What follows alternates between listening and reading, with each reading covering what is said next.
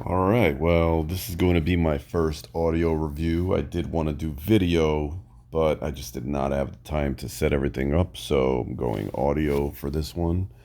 I just think this is going to be a way better medium for me to give these reviews from now on, as typing them just is not as much fun for me anymore, and I can really express myself better and more succinctly this way. So, thank you, number one, for even clicking on this, and I hope it's not the worst thing you've heard ever. Halloween Kills. I, like most of you that are listening to this, am a big Michael Myers fan. I love Halloween 1. I love Halloween 2. And then I love Halloween 3. And then we have a bunch of other movies that are entertaining, but I think we can all agree that they're varying degrees of good or bad. I do think 2018 has its faults. And as this is a sequel to 2018, I was hoping this would, I guess, correct some of the faults and be an even better movie. I do think 2018 has some really good stuff in it. However, I also think there's some mistakes and it's not as awesome as I had hoped it was. I did enjoy it in theaters the first time I saw it. I was very hyped up for it and I liked it, but on subsequent watches, it loses some of its luster and there's some other issues. And the most glaring for me is that it makes Halloween 2 obsolete in this canon, which is a big problem for me because Halloween 2 is part of what helps give Michael such a legendary status and is a big part of his lore and why in this world Michael Myers is such a big horrifying deal because Halloween 1, yes, it's terrible and everything he did, it's obviously would be talked about, but they even kind of make fun of it in 2018 where the kid says, well, he just killed like three or four people one night with a mask and that was it. Now you add Halloween 2 to that and he kills his way through a hospital trying to get to this girl that we find out to be his sister, and that's a lot scarier. Obviously, David Gordon Green and Danny McBride, who are in charge of this new series, they thought otherwise, so they went with the choice to just start right after part one instead again. Uh, I actually really am a big fan of both Danny McBride and David Gordon Green's work, especially on HBO. I love Eastbound and Down, Vice Principals, Righteous Gemstones, which I'm not sure David Gordon Green's involved. I probably should have looked that up, but I know they're all involved together in some capacity in one or two of those. So I think those guys are great. I think their writing is great in those shows. I think they have a lot of heart, and I think they are just really good at writing characters and bringing those characters to life. I think for whatever reason, something happened with Halloween Kills, and all that skill went out the window because Halloween Kills, when Michael Myers is on screen doing his thing, is fantastic. Michael Myers looks scary as he's ever looked. The mask is phenomenal. The way it's shot when Michael Myers is on screen, 9 times out of 10, is just awesome. I really like the set pieces for when his kills are set up. So Michael Myers, as he should be, is the star. If I had any complaint about this Michael Myers, and I don't have much, but I do wish he was, I'd say, a little less brutal and a little more playful with his victims. They do have some of that throughout the movie, and I appreciated that a lot. But it's still cool. It's still very like what you want out of a Michael Myers kill scene and Michael Myers in general. You want him to be badass, and I mean, I know that sounds funny maybe to say for those that aren't, Michael Myers fans or accustomed to this stuff, but for horror fans, yes, you want Michael Myers or any of your killers to be badass. So They achieved that here for the most part, aside from some things. Like I said, I wish it was a little more playful instead of a little more brute force, but he's definitely creepy and scary.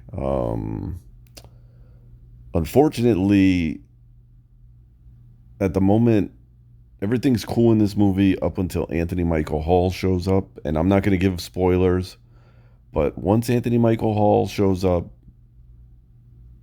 I I don't know what the hell was happening. I literally said to myself, "What's happening right now?" Because the movie just takes a turn and it turns into some really awkwardly written and acted and spoken melodramatic mess whenever these characters are on screen, and it involves a lot of Haddonfield residents, and they just feel really shoehorned and forced in.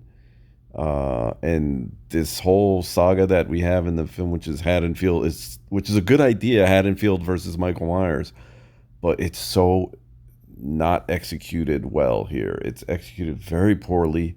It's extremely cheesy, and I just could not get into it. And a lot of it just caused me to roll my eyes. And that's with me coming into this movie wanting to love it, being so excited to see it, thinking it would like one up 2018 and be much better than that. And in terms of Michael Myers, it is. If you like the scene in 2018 where Michael Myers is going through Haddonfield and going from house to house and killing people, then there's a lot of cool stuff like that in Halloween Kills, more so than the first one. Um, but all these side characters, all these dramatic like speeches and the way people act, there's a lot of good actors in this movie acting horribly in it. They are just, it's just, I don't know what happened.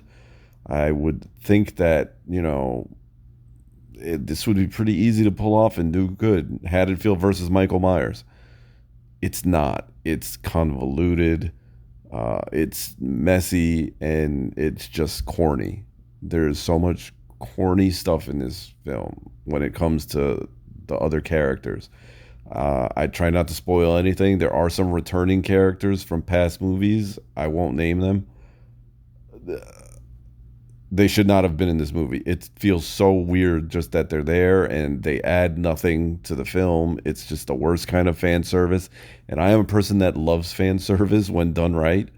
Uh, I love Avengers Endgame, and that movie is mostly fan service, but it's earned and done correctly.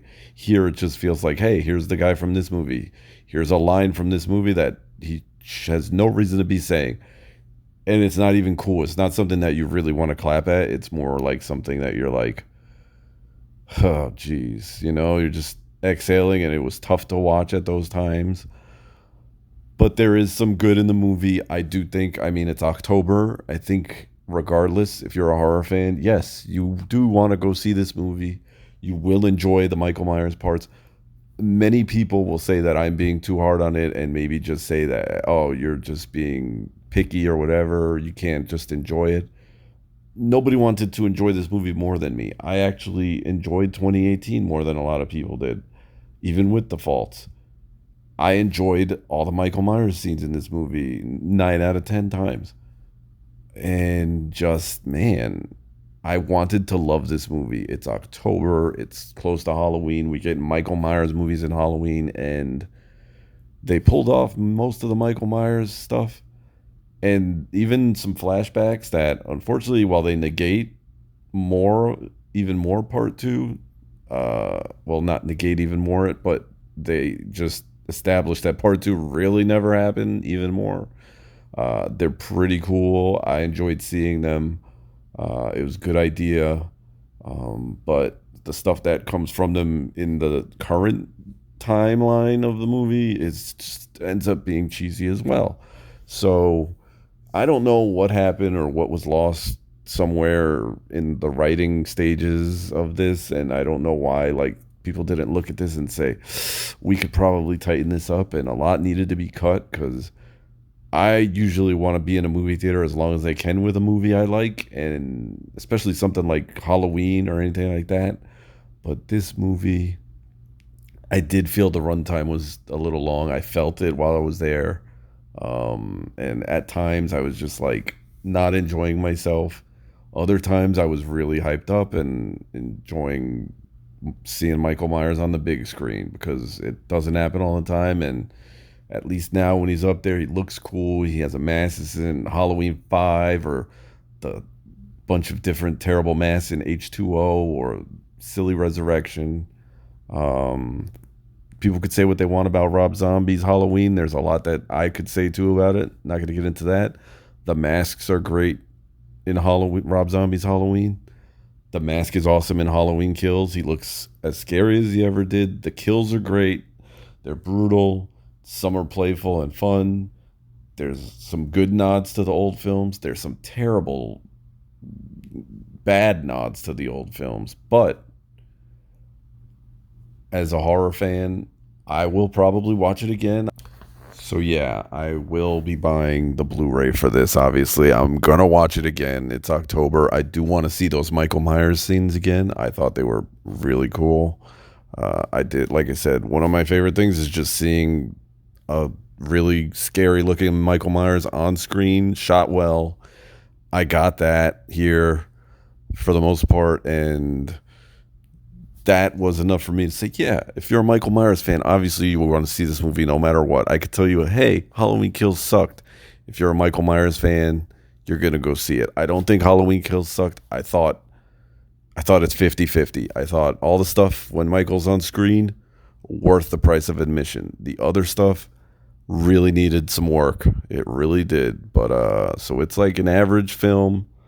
It's still one of the better Halloween sequels in some ways, and I'm pretty sure you're all going to judge for yourself, and don't take my word for it. Just go see. I hope anyone that goes to see it enjoys it more than I did. And like I said, I still liked it. So Halloween Kills, go check it out. Happy Halloween. Hope you enjoyed this audio review, which I'll definitely be doing more of because it's more fun and it's easier for me to just express myself. Also, I did like the score from John Carpenter. Looking forward to my record showing up by the time this gets posted. Should show up today. So that is a plus for the film. Other than that, happy Halloween, guys.